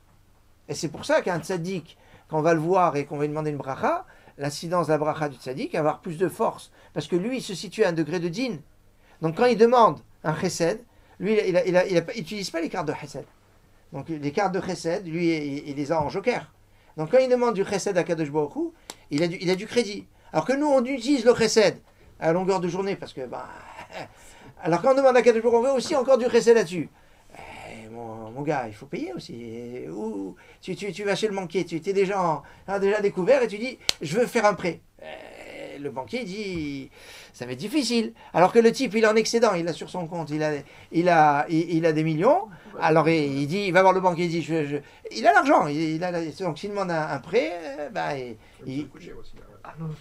ça coûte cher. Ça coûte cher. Ouais. Ça coûte une fortune. 2 ans pour 2 mots. Pas tous. Ouais, c'est l'exil. Mais c'est le principe du clan Israël. C'est le pari du clan Israël. Regardez Esav, il fait plein de bêtises. Il n'y a rien. Le clan Israël est un petit machin, baf, de suite, ça. On en prend. Quand on compare, c'est pas équilibré. Oui, c'est pas équilibré. Ouais. Mais pas tous.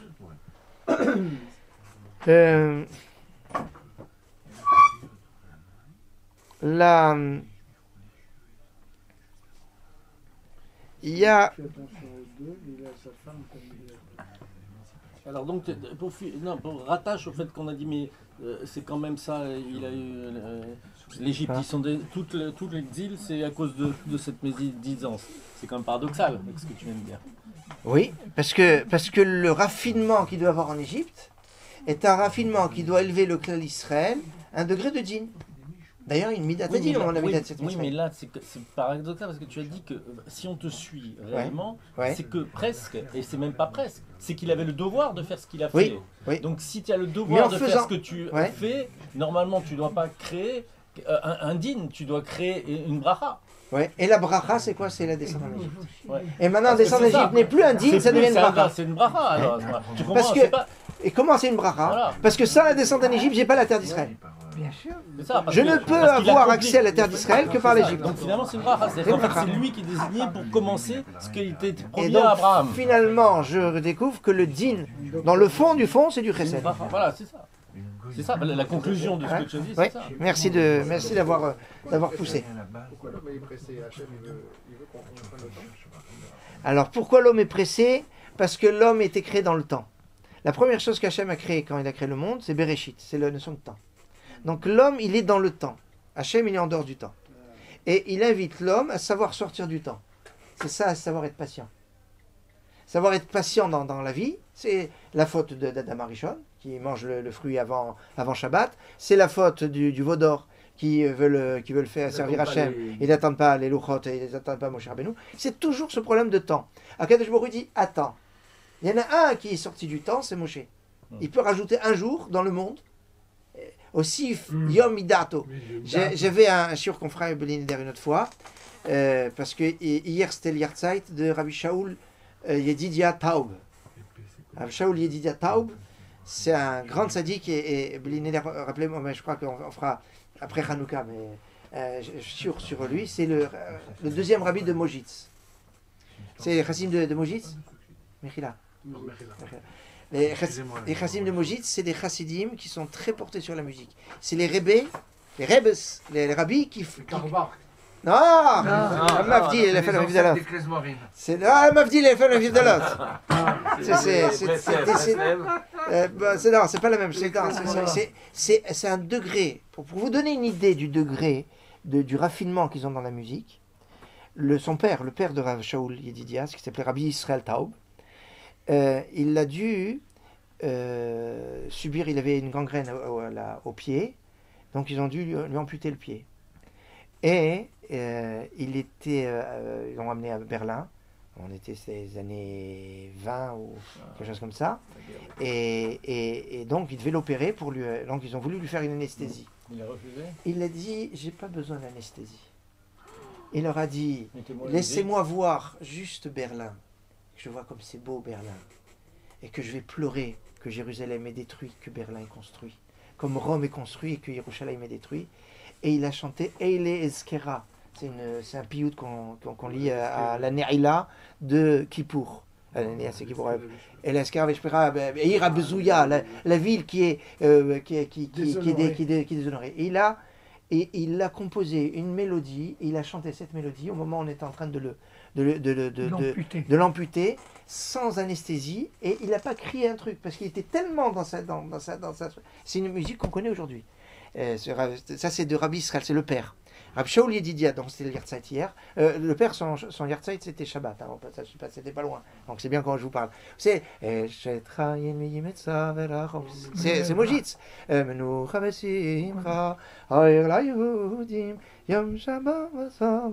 C'est Mojitz. Il y a plein de... Asher bara sasan vesimcha, sasan vesimcha, chatan vekala. Plein de mélodies qu'on connaît. Pour vous donner une petite idée, le Rav d'hier, donc Rav Shaul Yedidia, il a composé près de 2000 mélodies. C'est un petit peu, il y en a qui disent entre 1500 et 2000. Bon, enfin, c'est phénoménal. Alors, avec des mélodies qui sont simples, des fois des mélodies complexes.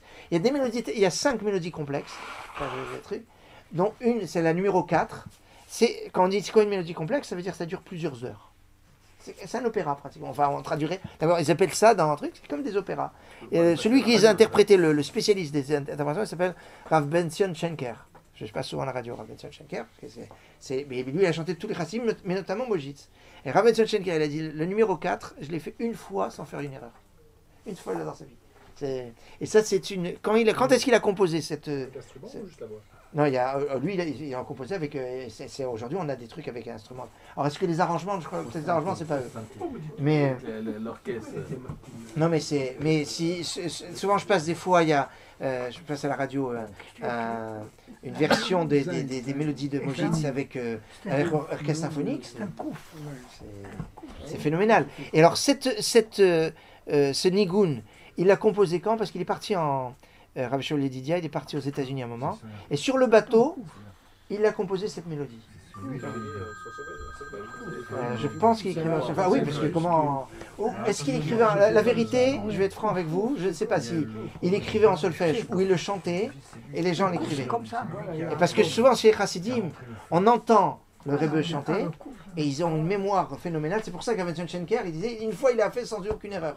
Parce que mais des fois c'est phénoménal, quoi. C'est-à-dire beaucoup de nigonim, c'est avec plusieurs parties, quoi. Et d'ailleurs. C'est vrai que ça vient des Lévim, les nigonim. Bien sûr, la source est Lévim. Il y a encore une autre chose, c'est qu'il est niftar en 1947. Ça s'est transmis? Quoi? Ça s'est transmis? Oui, enfin, comment exactement, je ne peux pas. Oui, mais il y a bien sûr ça. Mais eux, c'est Rébéim, c'est... On a eu une polémique. Il y en a un qui a dit que sur les noms des juifs judéo-orientaux et arabo-andalous, il y avait des bases, des nigunim du Beth Amikdash qui avaient été intégrés, et que donc dans la musique arabo-andalouse, judéo-andalouse, il y avait des éléments et que donc il fallait faire attention. Alors il y a une polémique, il y en a un qui a dit comment est-ce que vous pouvez écouter des Arabes qui chantent avec leurs textes sur ces musiques-là, et le Rav Sitruk lui a donné partiellement raison. Il a dit oui, vous avez raison, si on part du principe que... Alors, vous avez parlé de deux choses. Bon, je vous réponds à la question, on comprend pas. Non mais c'est ça... Ah, il est... Elle vibreur. Oui, alors regardez, il y a deux choses. On reste concentré sur ça. Il y a une première chose à savoir, c'est que il y a vers l'an 1000 et des poussières, il y a un Normand. C'était un moine à la base, normand, qui s'est converti au judaïsme et qui avait appris chez les moines la notation des noms. Donc notation avant la de musique. Et il a noté un certain nombre de choses, notamment des Tehillim qui étaient lus comme c'était lu en Bavel, parce qu'il est parti en Israël. Et donc il a noté comment on lisait les Tehillim et un certain nombre de choses suivant des noms. Cet écrit a été à Gnizet du Caire. Ça a été retrouvé dans Gnizet du Caire et ça a été décrypté. Et il y a plusieurs chitotes, il y a plusieurs façons d'interpréter. J'ai eu comme professeur en musicologie un professeur qui s'appelle Zichrono Livracha. Je vous en parle parce que c'était Elie Niftar et s'appelait Israël Adler. Et Israël Adler a une chita sur cette lecture, et il démontre que la lecture qu'on a aujourd'hui, mais c'est pas seulement en judéo-andalou, parce que ça c'est un petit peu à nous, parce que quand on étudie au niveau musicologique la source des ta'amim, surtout sur les ta'amim, sur les ta'amim, quand vous regardez dans les fondements, Ashkenaz, Séfarad, Yéménite, je sais pas trop, mais Ashkenaz, Séfarad, les bases c'est les mêmes. Musicalement, ça se retrouve, il y a des fioritures un peu différentes, mais les fondements c'est les mêmes. Et on les retrouve exactement dans ces notes. Alors maintenant, lui, il est en marloquette avec d'autres musicologues qui disent non, c'est pas comme ça. Il y en a notamment Suzanne Haïk Ventura qui a une autre chita qui est complètement différente de notre chose. Moi, je pense que, enfin, c'est normal puisque mon rave en musicologie, c'est Rav Israël. Et quand j'avais fait un petit peu, je suis donc son cours. Alors c'était sympathique parce que bon, musicologie, il nous faisait cours, et puis quand il fait expliquer des choses, parce que musicologie juive, il y a des choses à savoir sur c'est quoi la Kriyat Torah, c'est quoi la chironomie. C'est-à-dire, c'est quand on fait avec les gestes, on souffle les termines. Mais on ne fait pas un cours là-dessus un petit peu sur les non, on fait un là-dessus. Voilà, j'ouvre une petite parenthèse. Alors, on va faire. Alors, puisque la question se pose, alors j'ai fait. On va faire une révision. Alors, quand il y avait des choses de Torah, alors il me disait, mais Vorach, explique-leur, parce qu'il y avait des goyim, il y avait de tout dans son cours. C'était un truc de musicologie juive, enfin bon. Et bon, alors il avait un grand respect. Il n'était pas religieux, mais lui c'était le directeur du département musicologique de l'université de Jérusalem. C'est un gros niveau.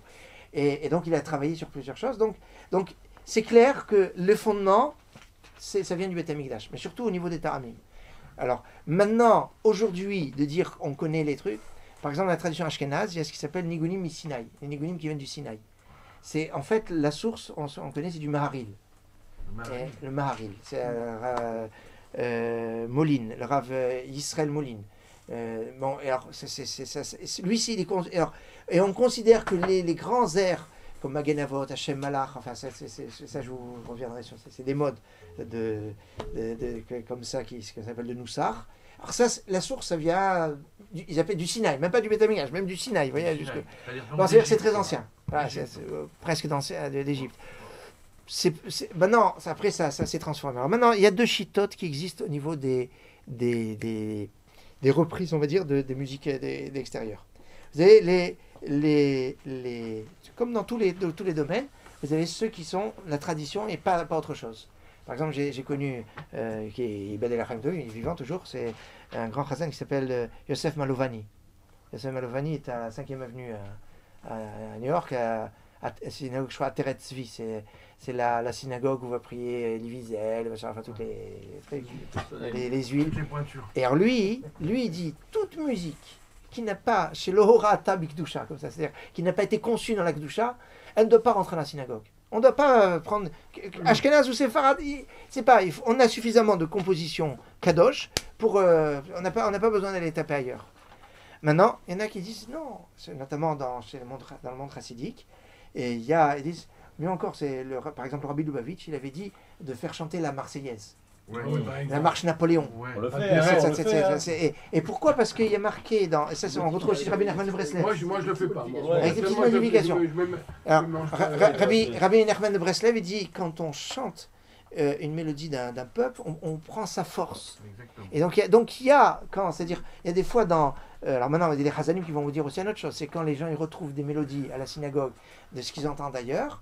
Et alors ils écoutent et ils vont plus aimer. Rabbi Yosef, à la Chalema, ça il dit tout ce qui n'est pas musique religieuse, c'est-à-dire qui évoque vraiment la musique d'église par exemple, ou de la musique grossière qui évoque des choses où on entend des paroles. Alors il dit tout. Attendez, tout ce qui est. Attendez, écoutez. Tout ce qui a été une chanson tout ce qui était une chanson d'amour, des machins comme ça, où ça évoque quelque chose qui est grossier, quelque chose qui n'est pas un truc, il faut pas le prendre. Quelque chose qui est religieux, il faut pas le prendre. Et il dit tout le reste. Il n'y a pas de choses. Donc, halakha, mais il reste quand même les deux écoles. Moi, je vous dis franchement, je pense que ça dépend aussi comment est le kahal. Si, moi, j'ai vu une fois un jeune, puisque vous savez que je m'occupe un peu de jeunes à Razak, un jeune, un jour, je lui ai dit, comment tu fais la kedusha? Il m'a sorti une kedusha sur un air des Beatles. Magnifique. Alors, je vais vous dire, attendez. Les Tibi, c'est la meilleure. Alors, allons-y. Sur comme ça, il a fait. C'est très joli. C'est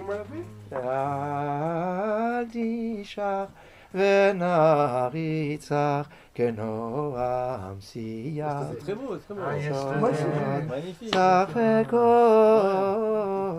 Il m'a fait ça.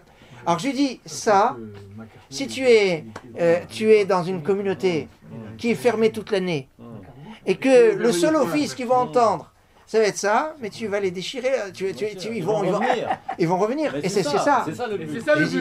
Je dis, mais si tu fais ça à Bnei Brak, dans le Stibler, ils vont acheter les 10 des Beatles après. Non, il faut pas l'office. En Angleterre. Attends, je vais te répondre à Karl Bach après. Attends, donc ce que je dis sur ce point-là, ça dépend du kahal qu'on a. Attends, il y a un truc. Alors maintenant, donc moi je vous cache pas, moi j'ai pas un kahal de gens froum. Donc quand je vois à peu près des gens que j'ai dans un truc, je fais des fois des réadaptations d'air d'opéra ou d'air de machin, etc.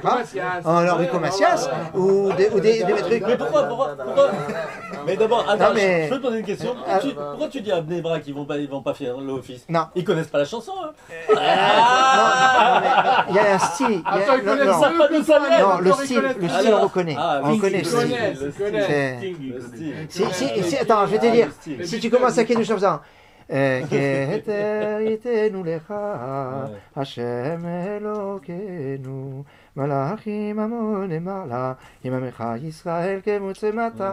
Si tu fais ça dans un Bnei Brak, ils disent c'est pas ici qu'on chante ça. Et tu chantes ça dans un kahal qui a l'habitude d'entendre des mélodies israéliennes. Alors ça c'est un truc. Alors maintenant c'est l'histoire de Karl Bach. C'est une histoire compliquée. L'histoire de Karl Bach. Il faut savoir que, on peut dire, enfin, Shlomo Karl Bach, ou Rav Shlomo Karl Bach, il a reçu une smicha de Rav Moshe Feinstein. Donc ça veut dire, il n'a pas reçu une smicha comme ça. Hein? Rav Moshe Feinstein, c'est le Gadol Hador. C'est un Gadol Hador, donc c'est génial. Ah, pour être Rav. C'est génial. Non, c'est-à-dire il est passé une smicha pour être Rav. Alors parce qu'il m'a demandé.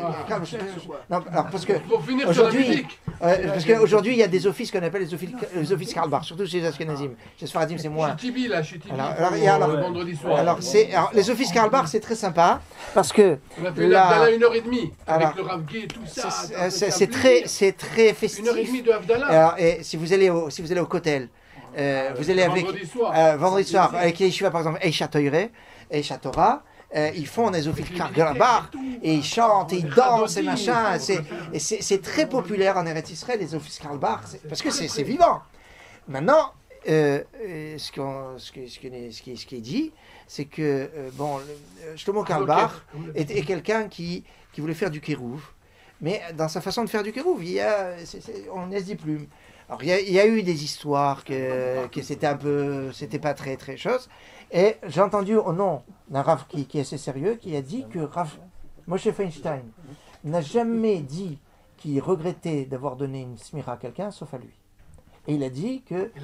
Il a dit que quand il a appris un petit peu ce qui se passe avec lui, il a dit je considère que je retire sa smira. C'est la seule chose.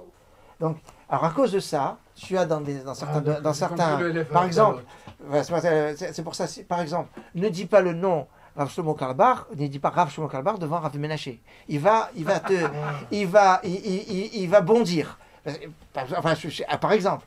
Maintenant, là encore, je dis ça dépend de quel cas. Moi, dans ma synagogue, on fait des lechadodi de Karl Barth. Parce que c'est mais même Ashkenaz, il ne veut pas entendre. Il n'aime pas les Ashkenaz. Pardon? Même Ashkenaz, il ne veut pas entendre. Non, c'est pas vrai. Ramenaché, non, il adore la Chazelout Ashkenaz. Ah non, ça c'est pas vrai. Non, pas la Chazelout, les Ashkenaz eux-mêmes. Il faut le ménager. Il faut le ménager, Ramenaché. Donc voilà donc un petit peu sur l'histoire des offices Karl Barth. Si j'ai bien compris, la semaine prochaine.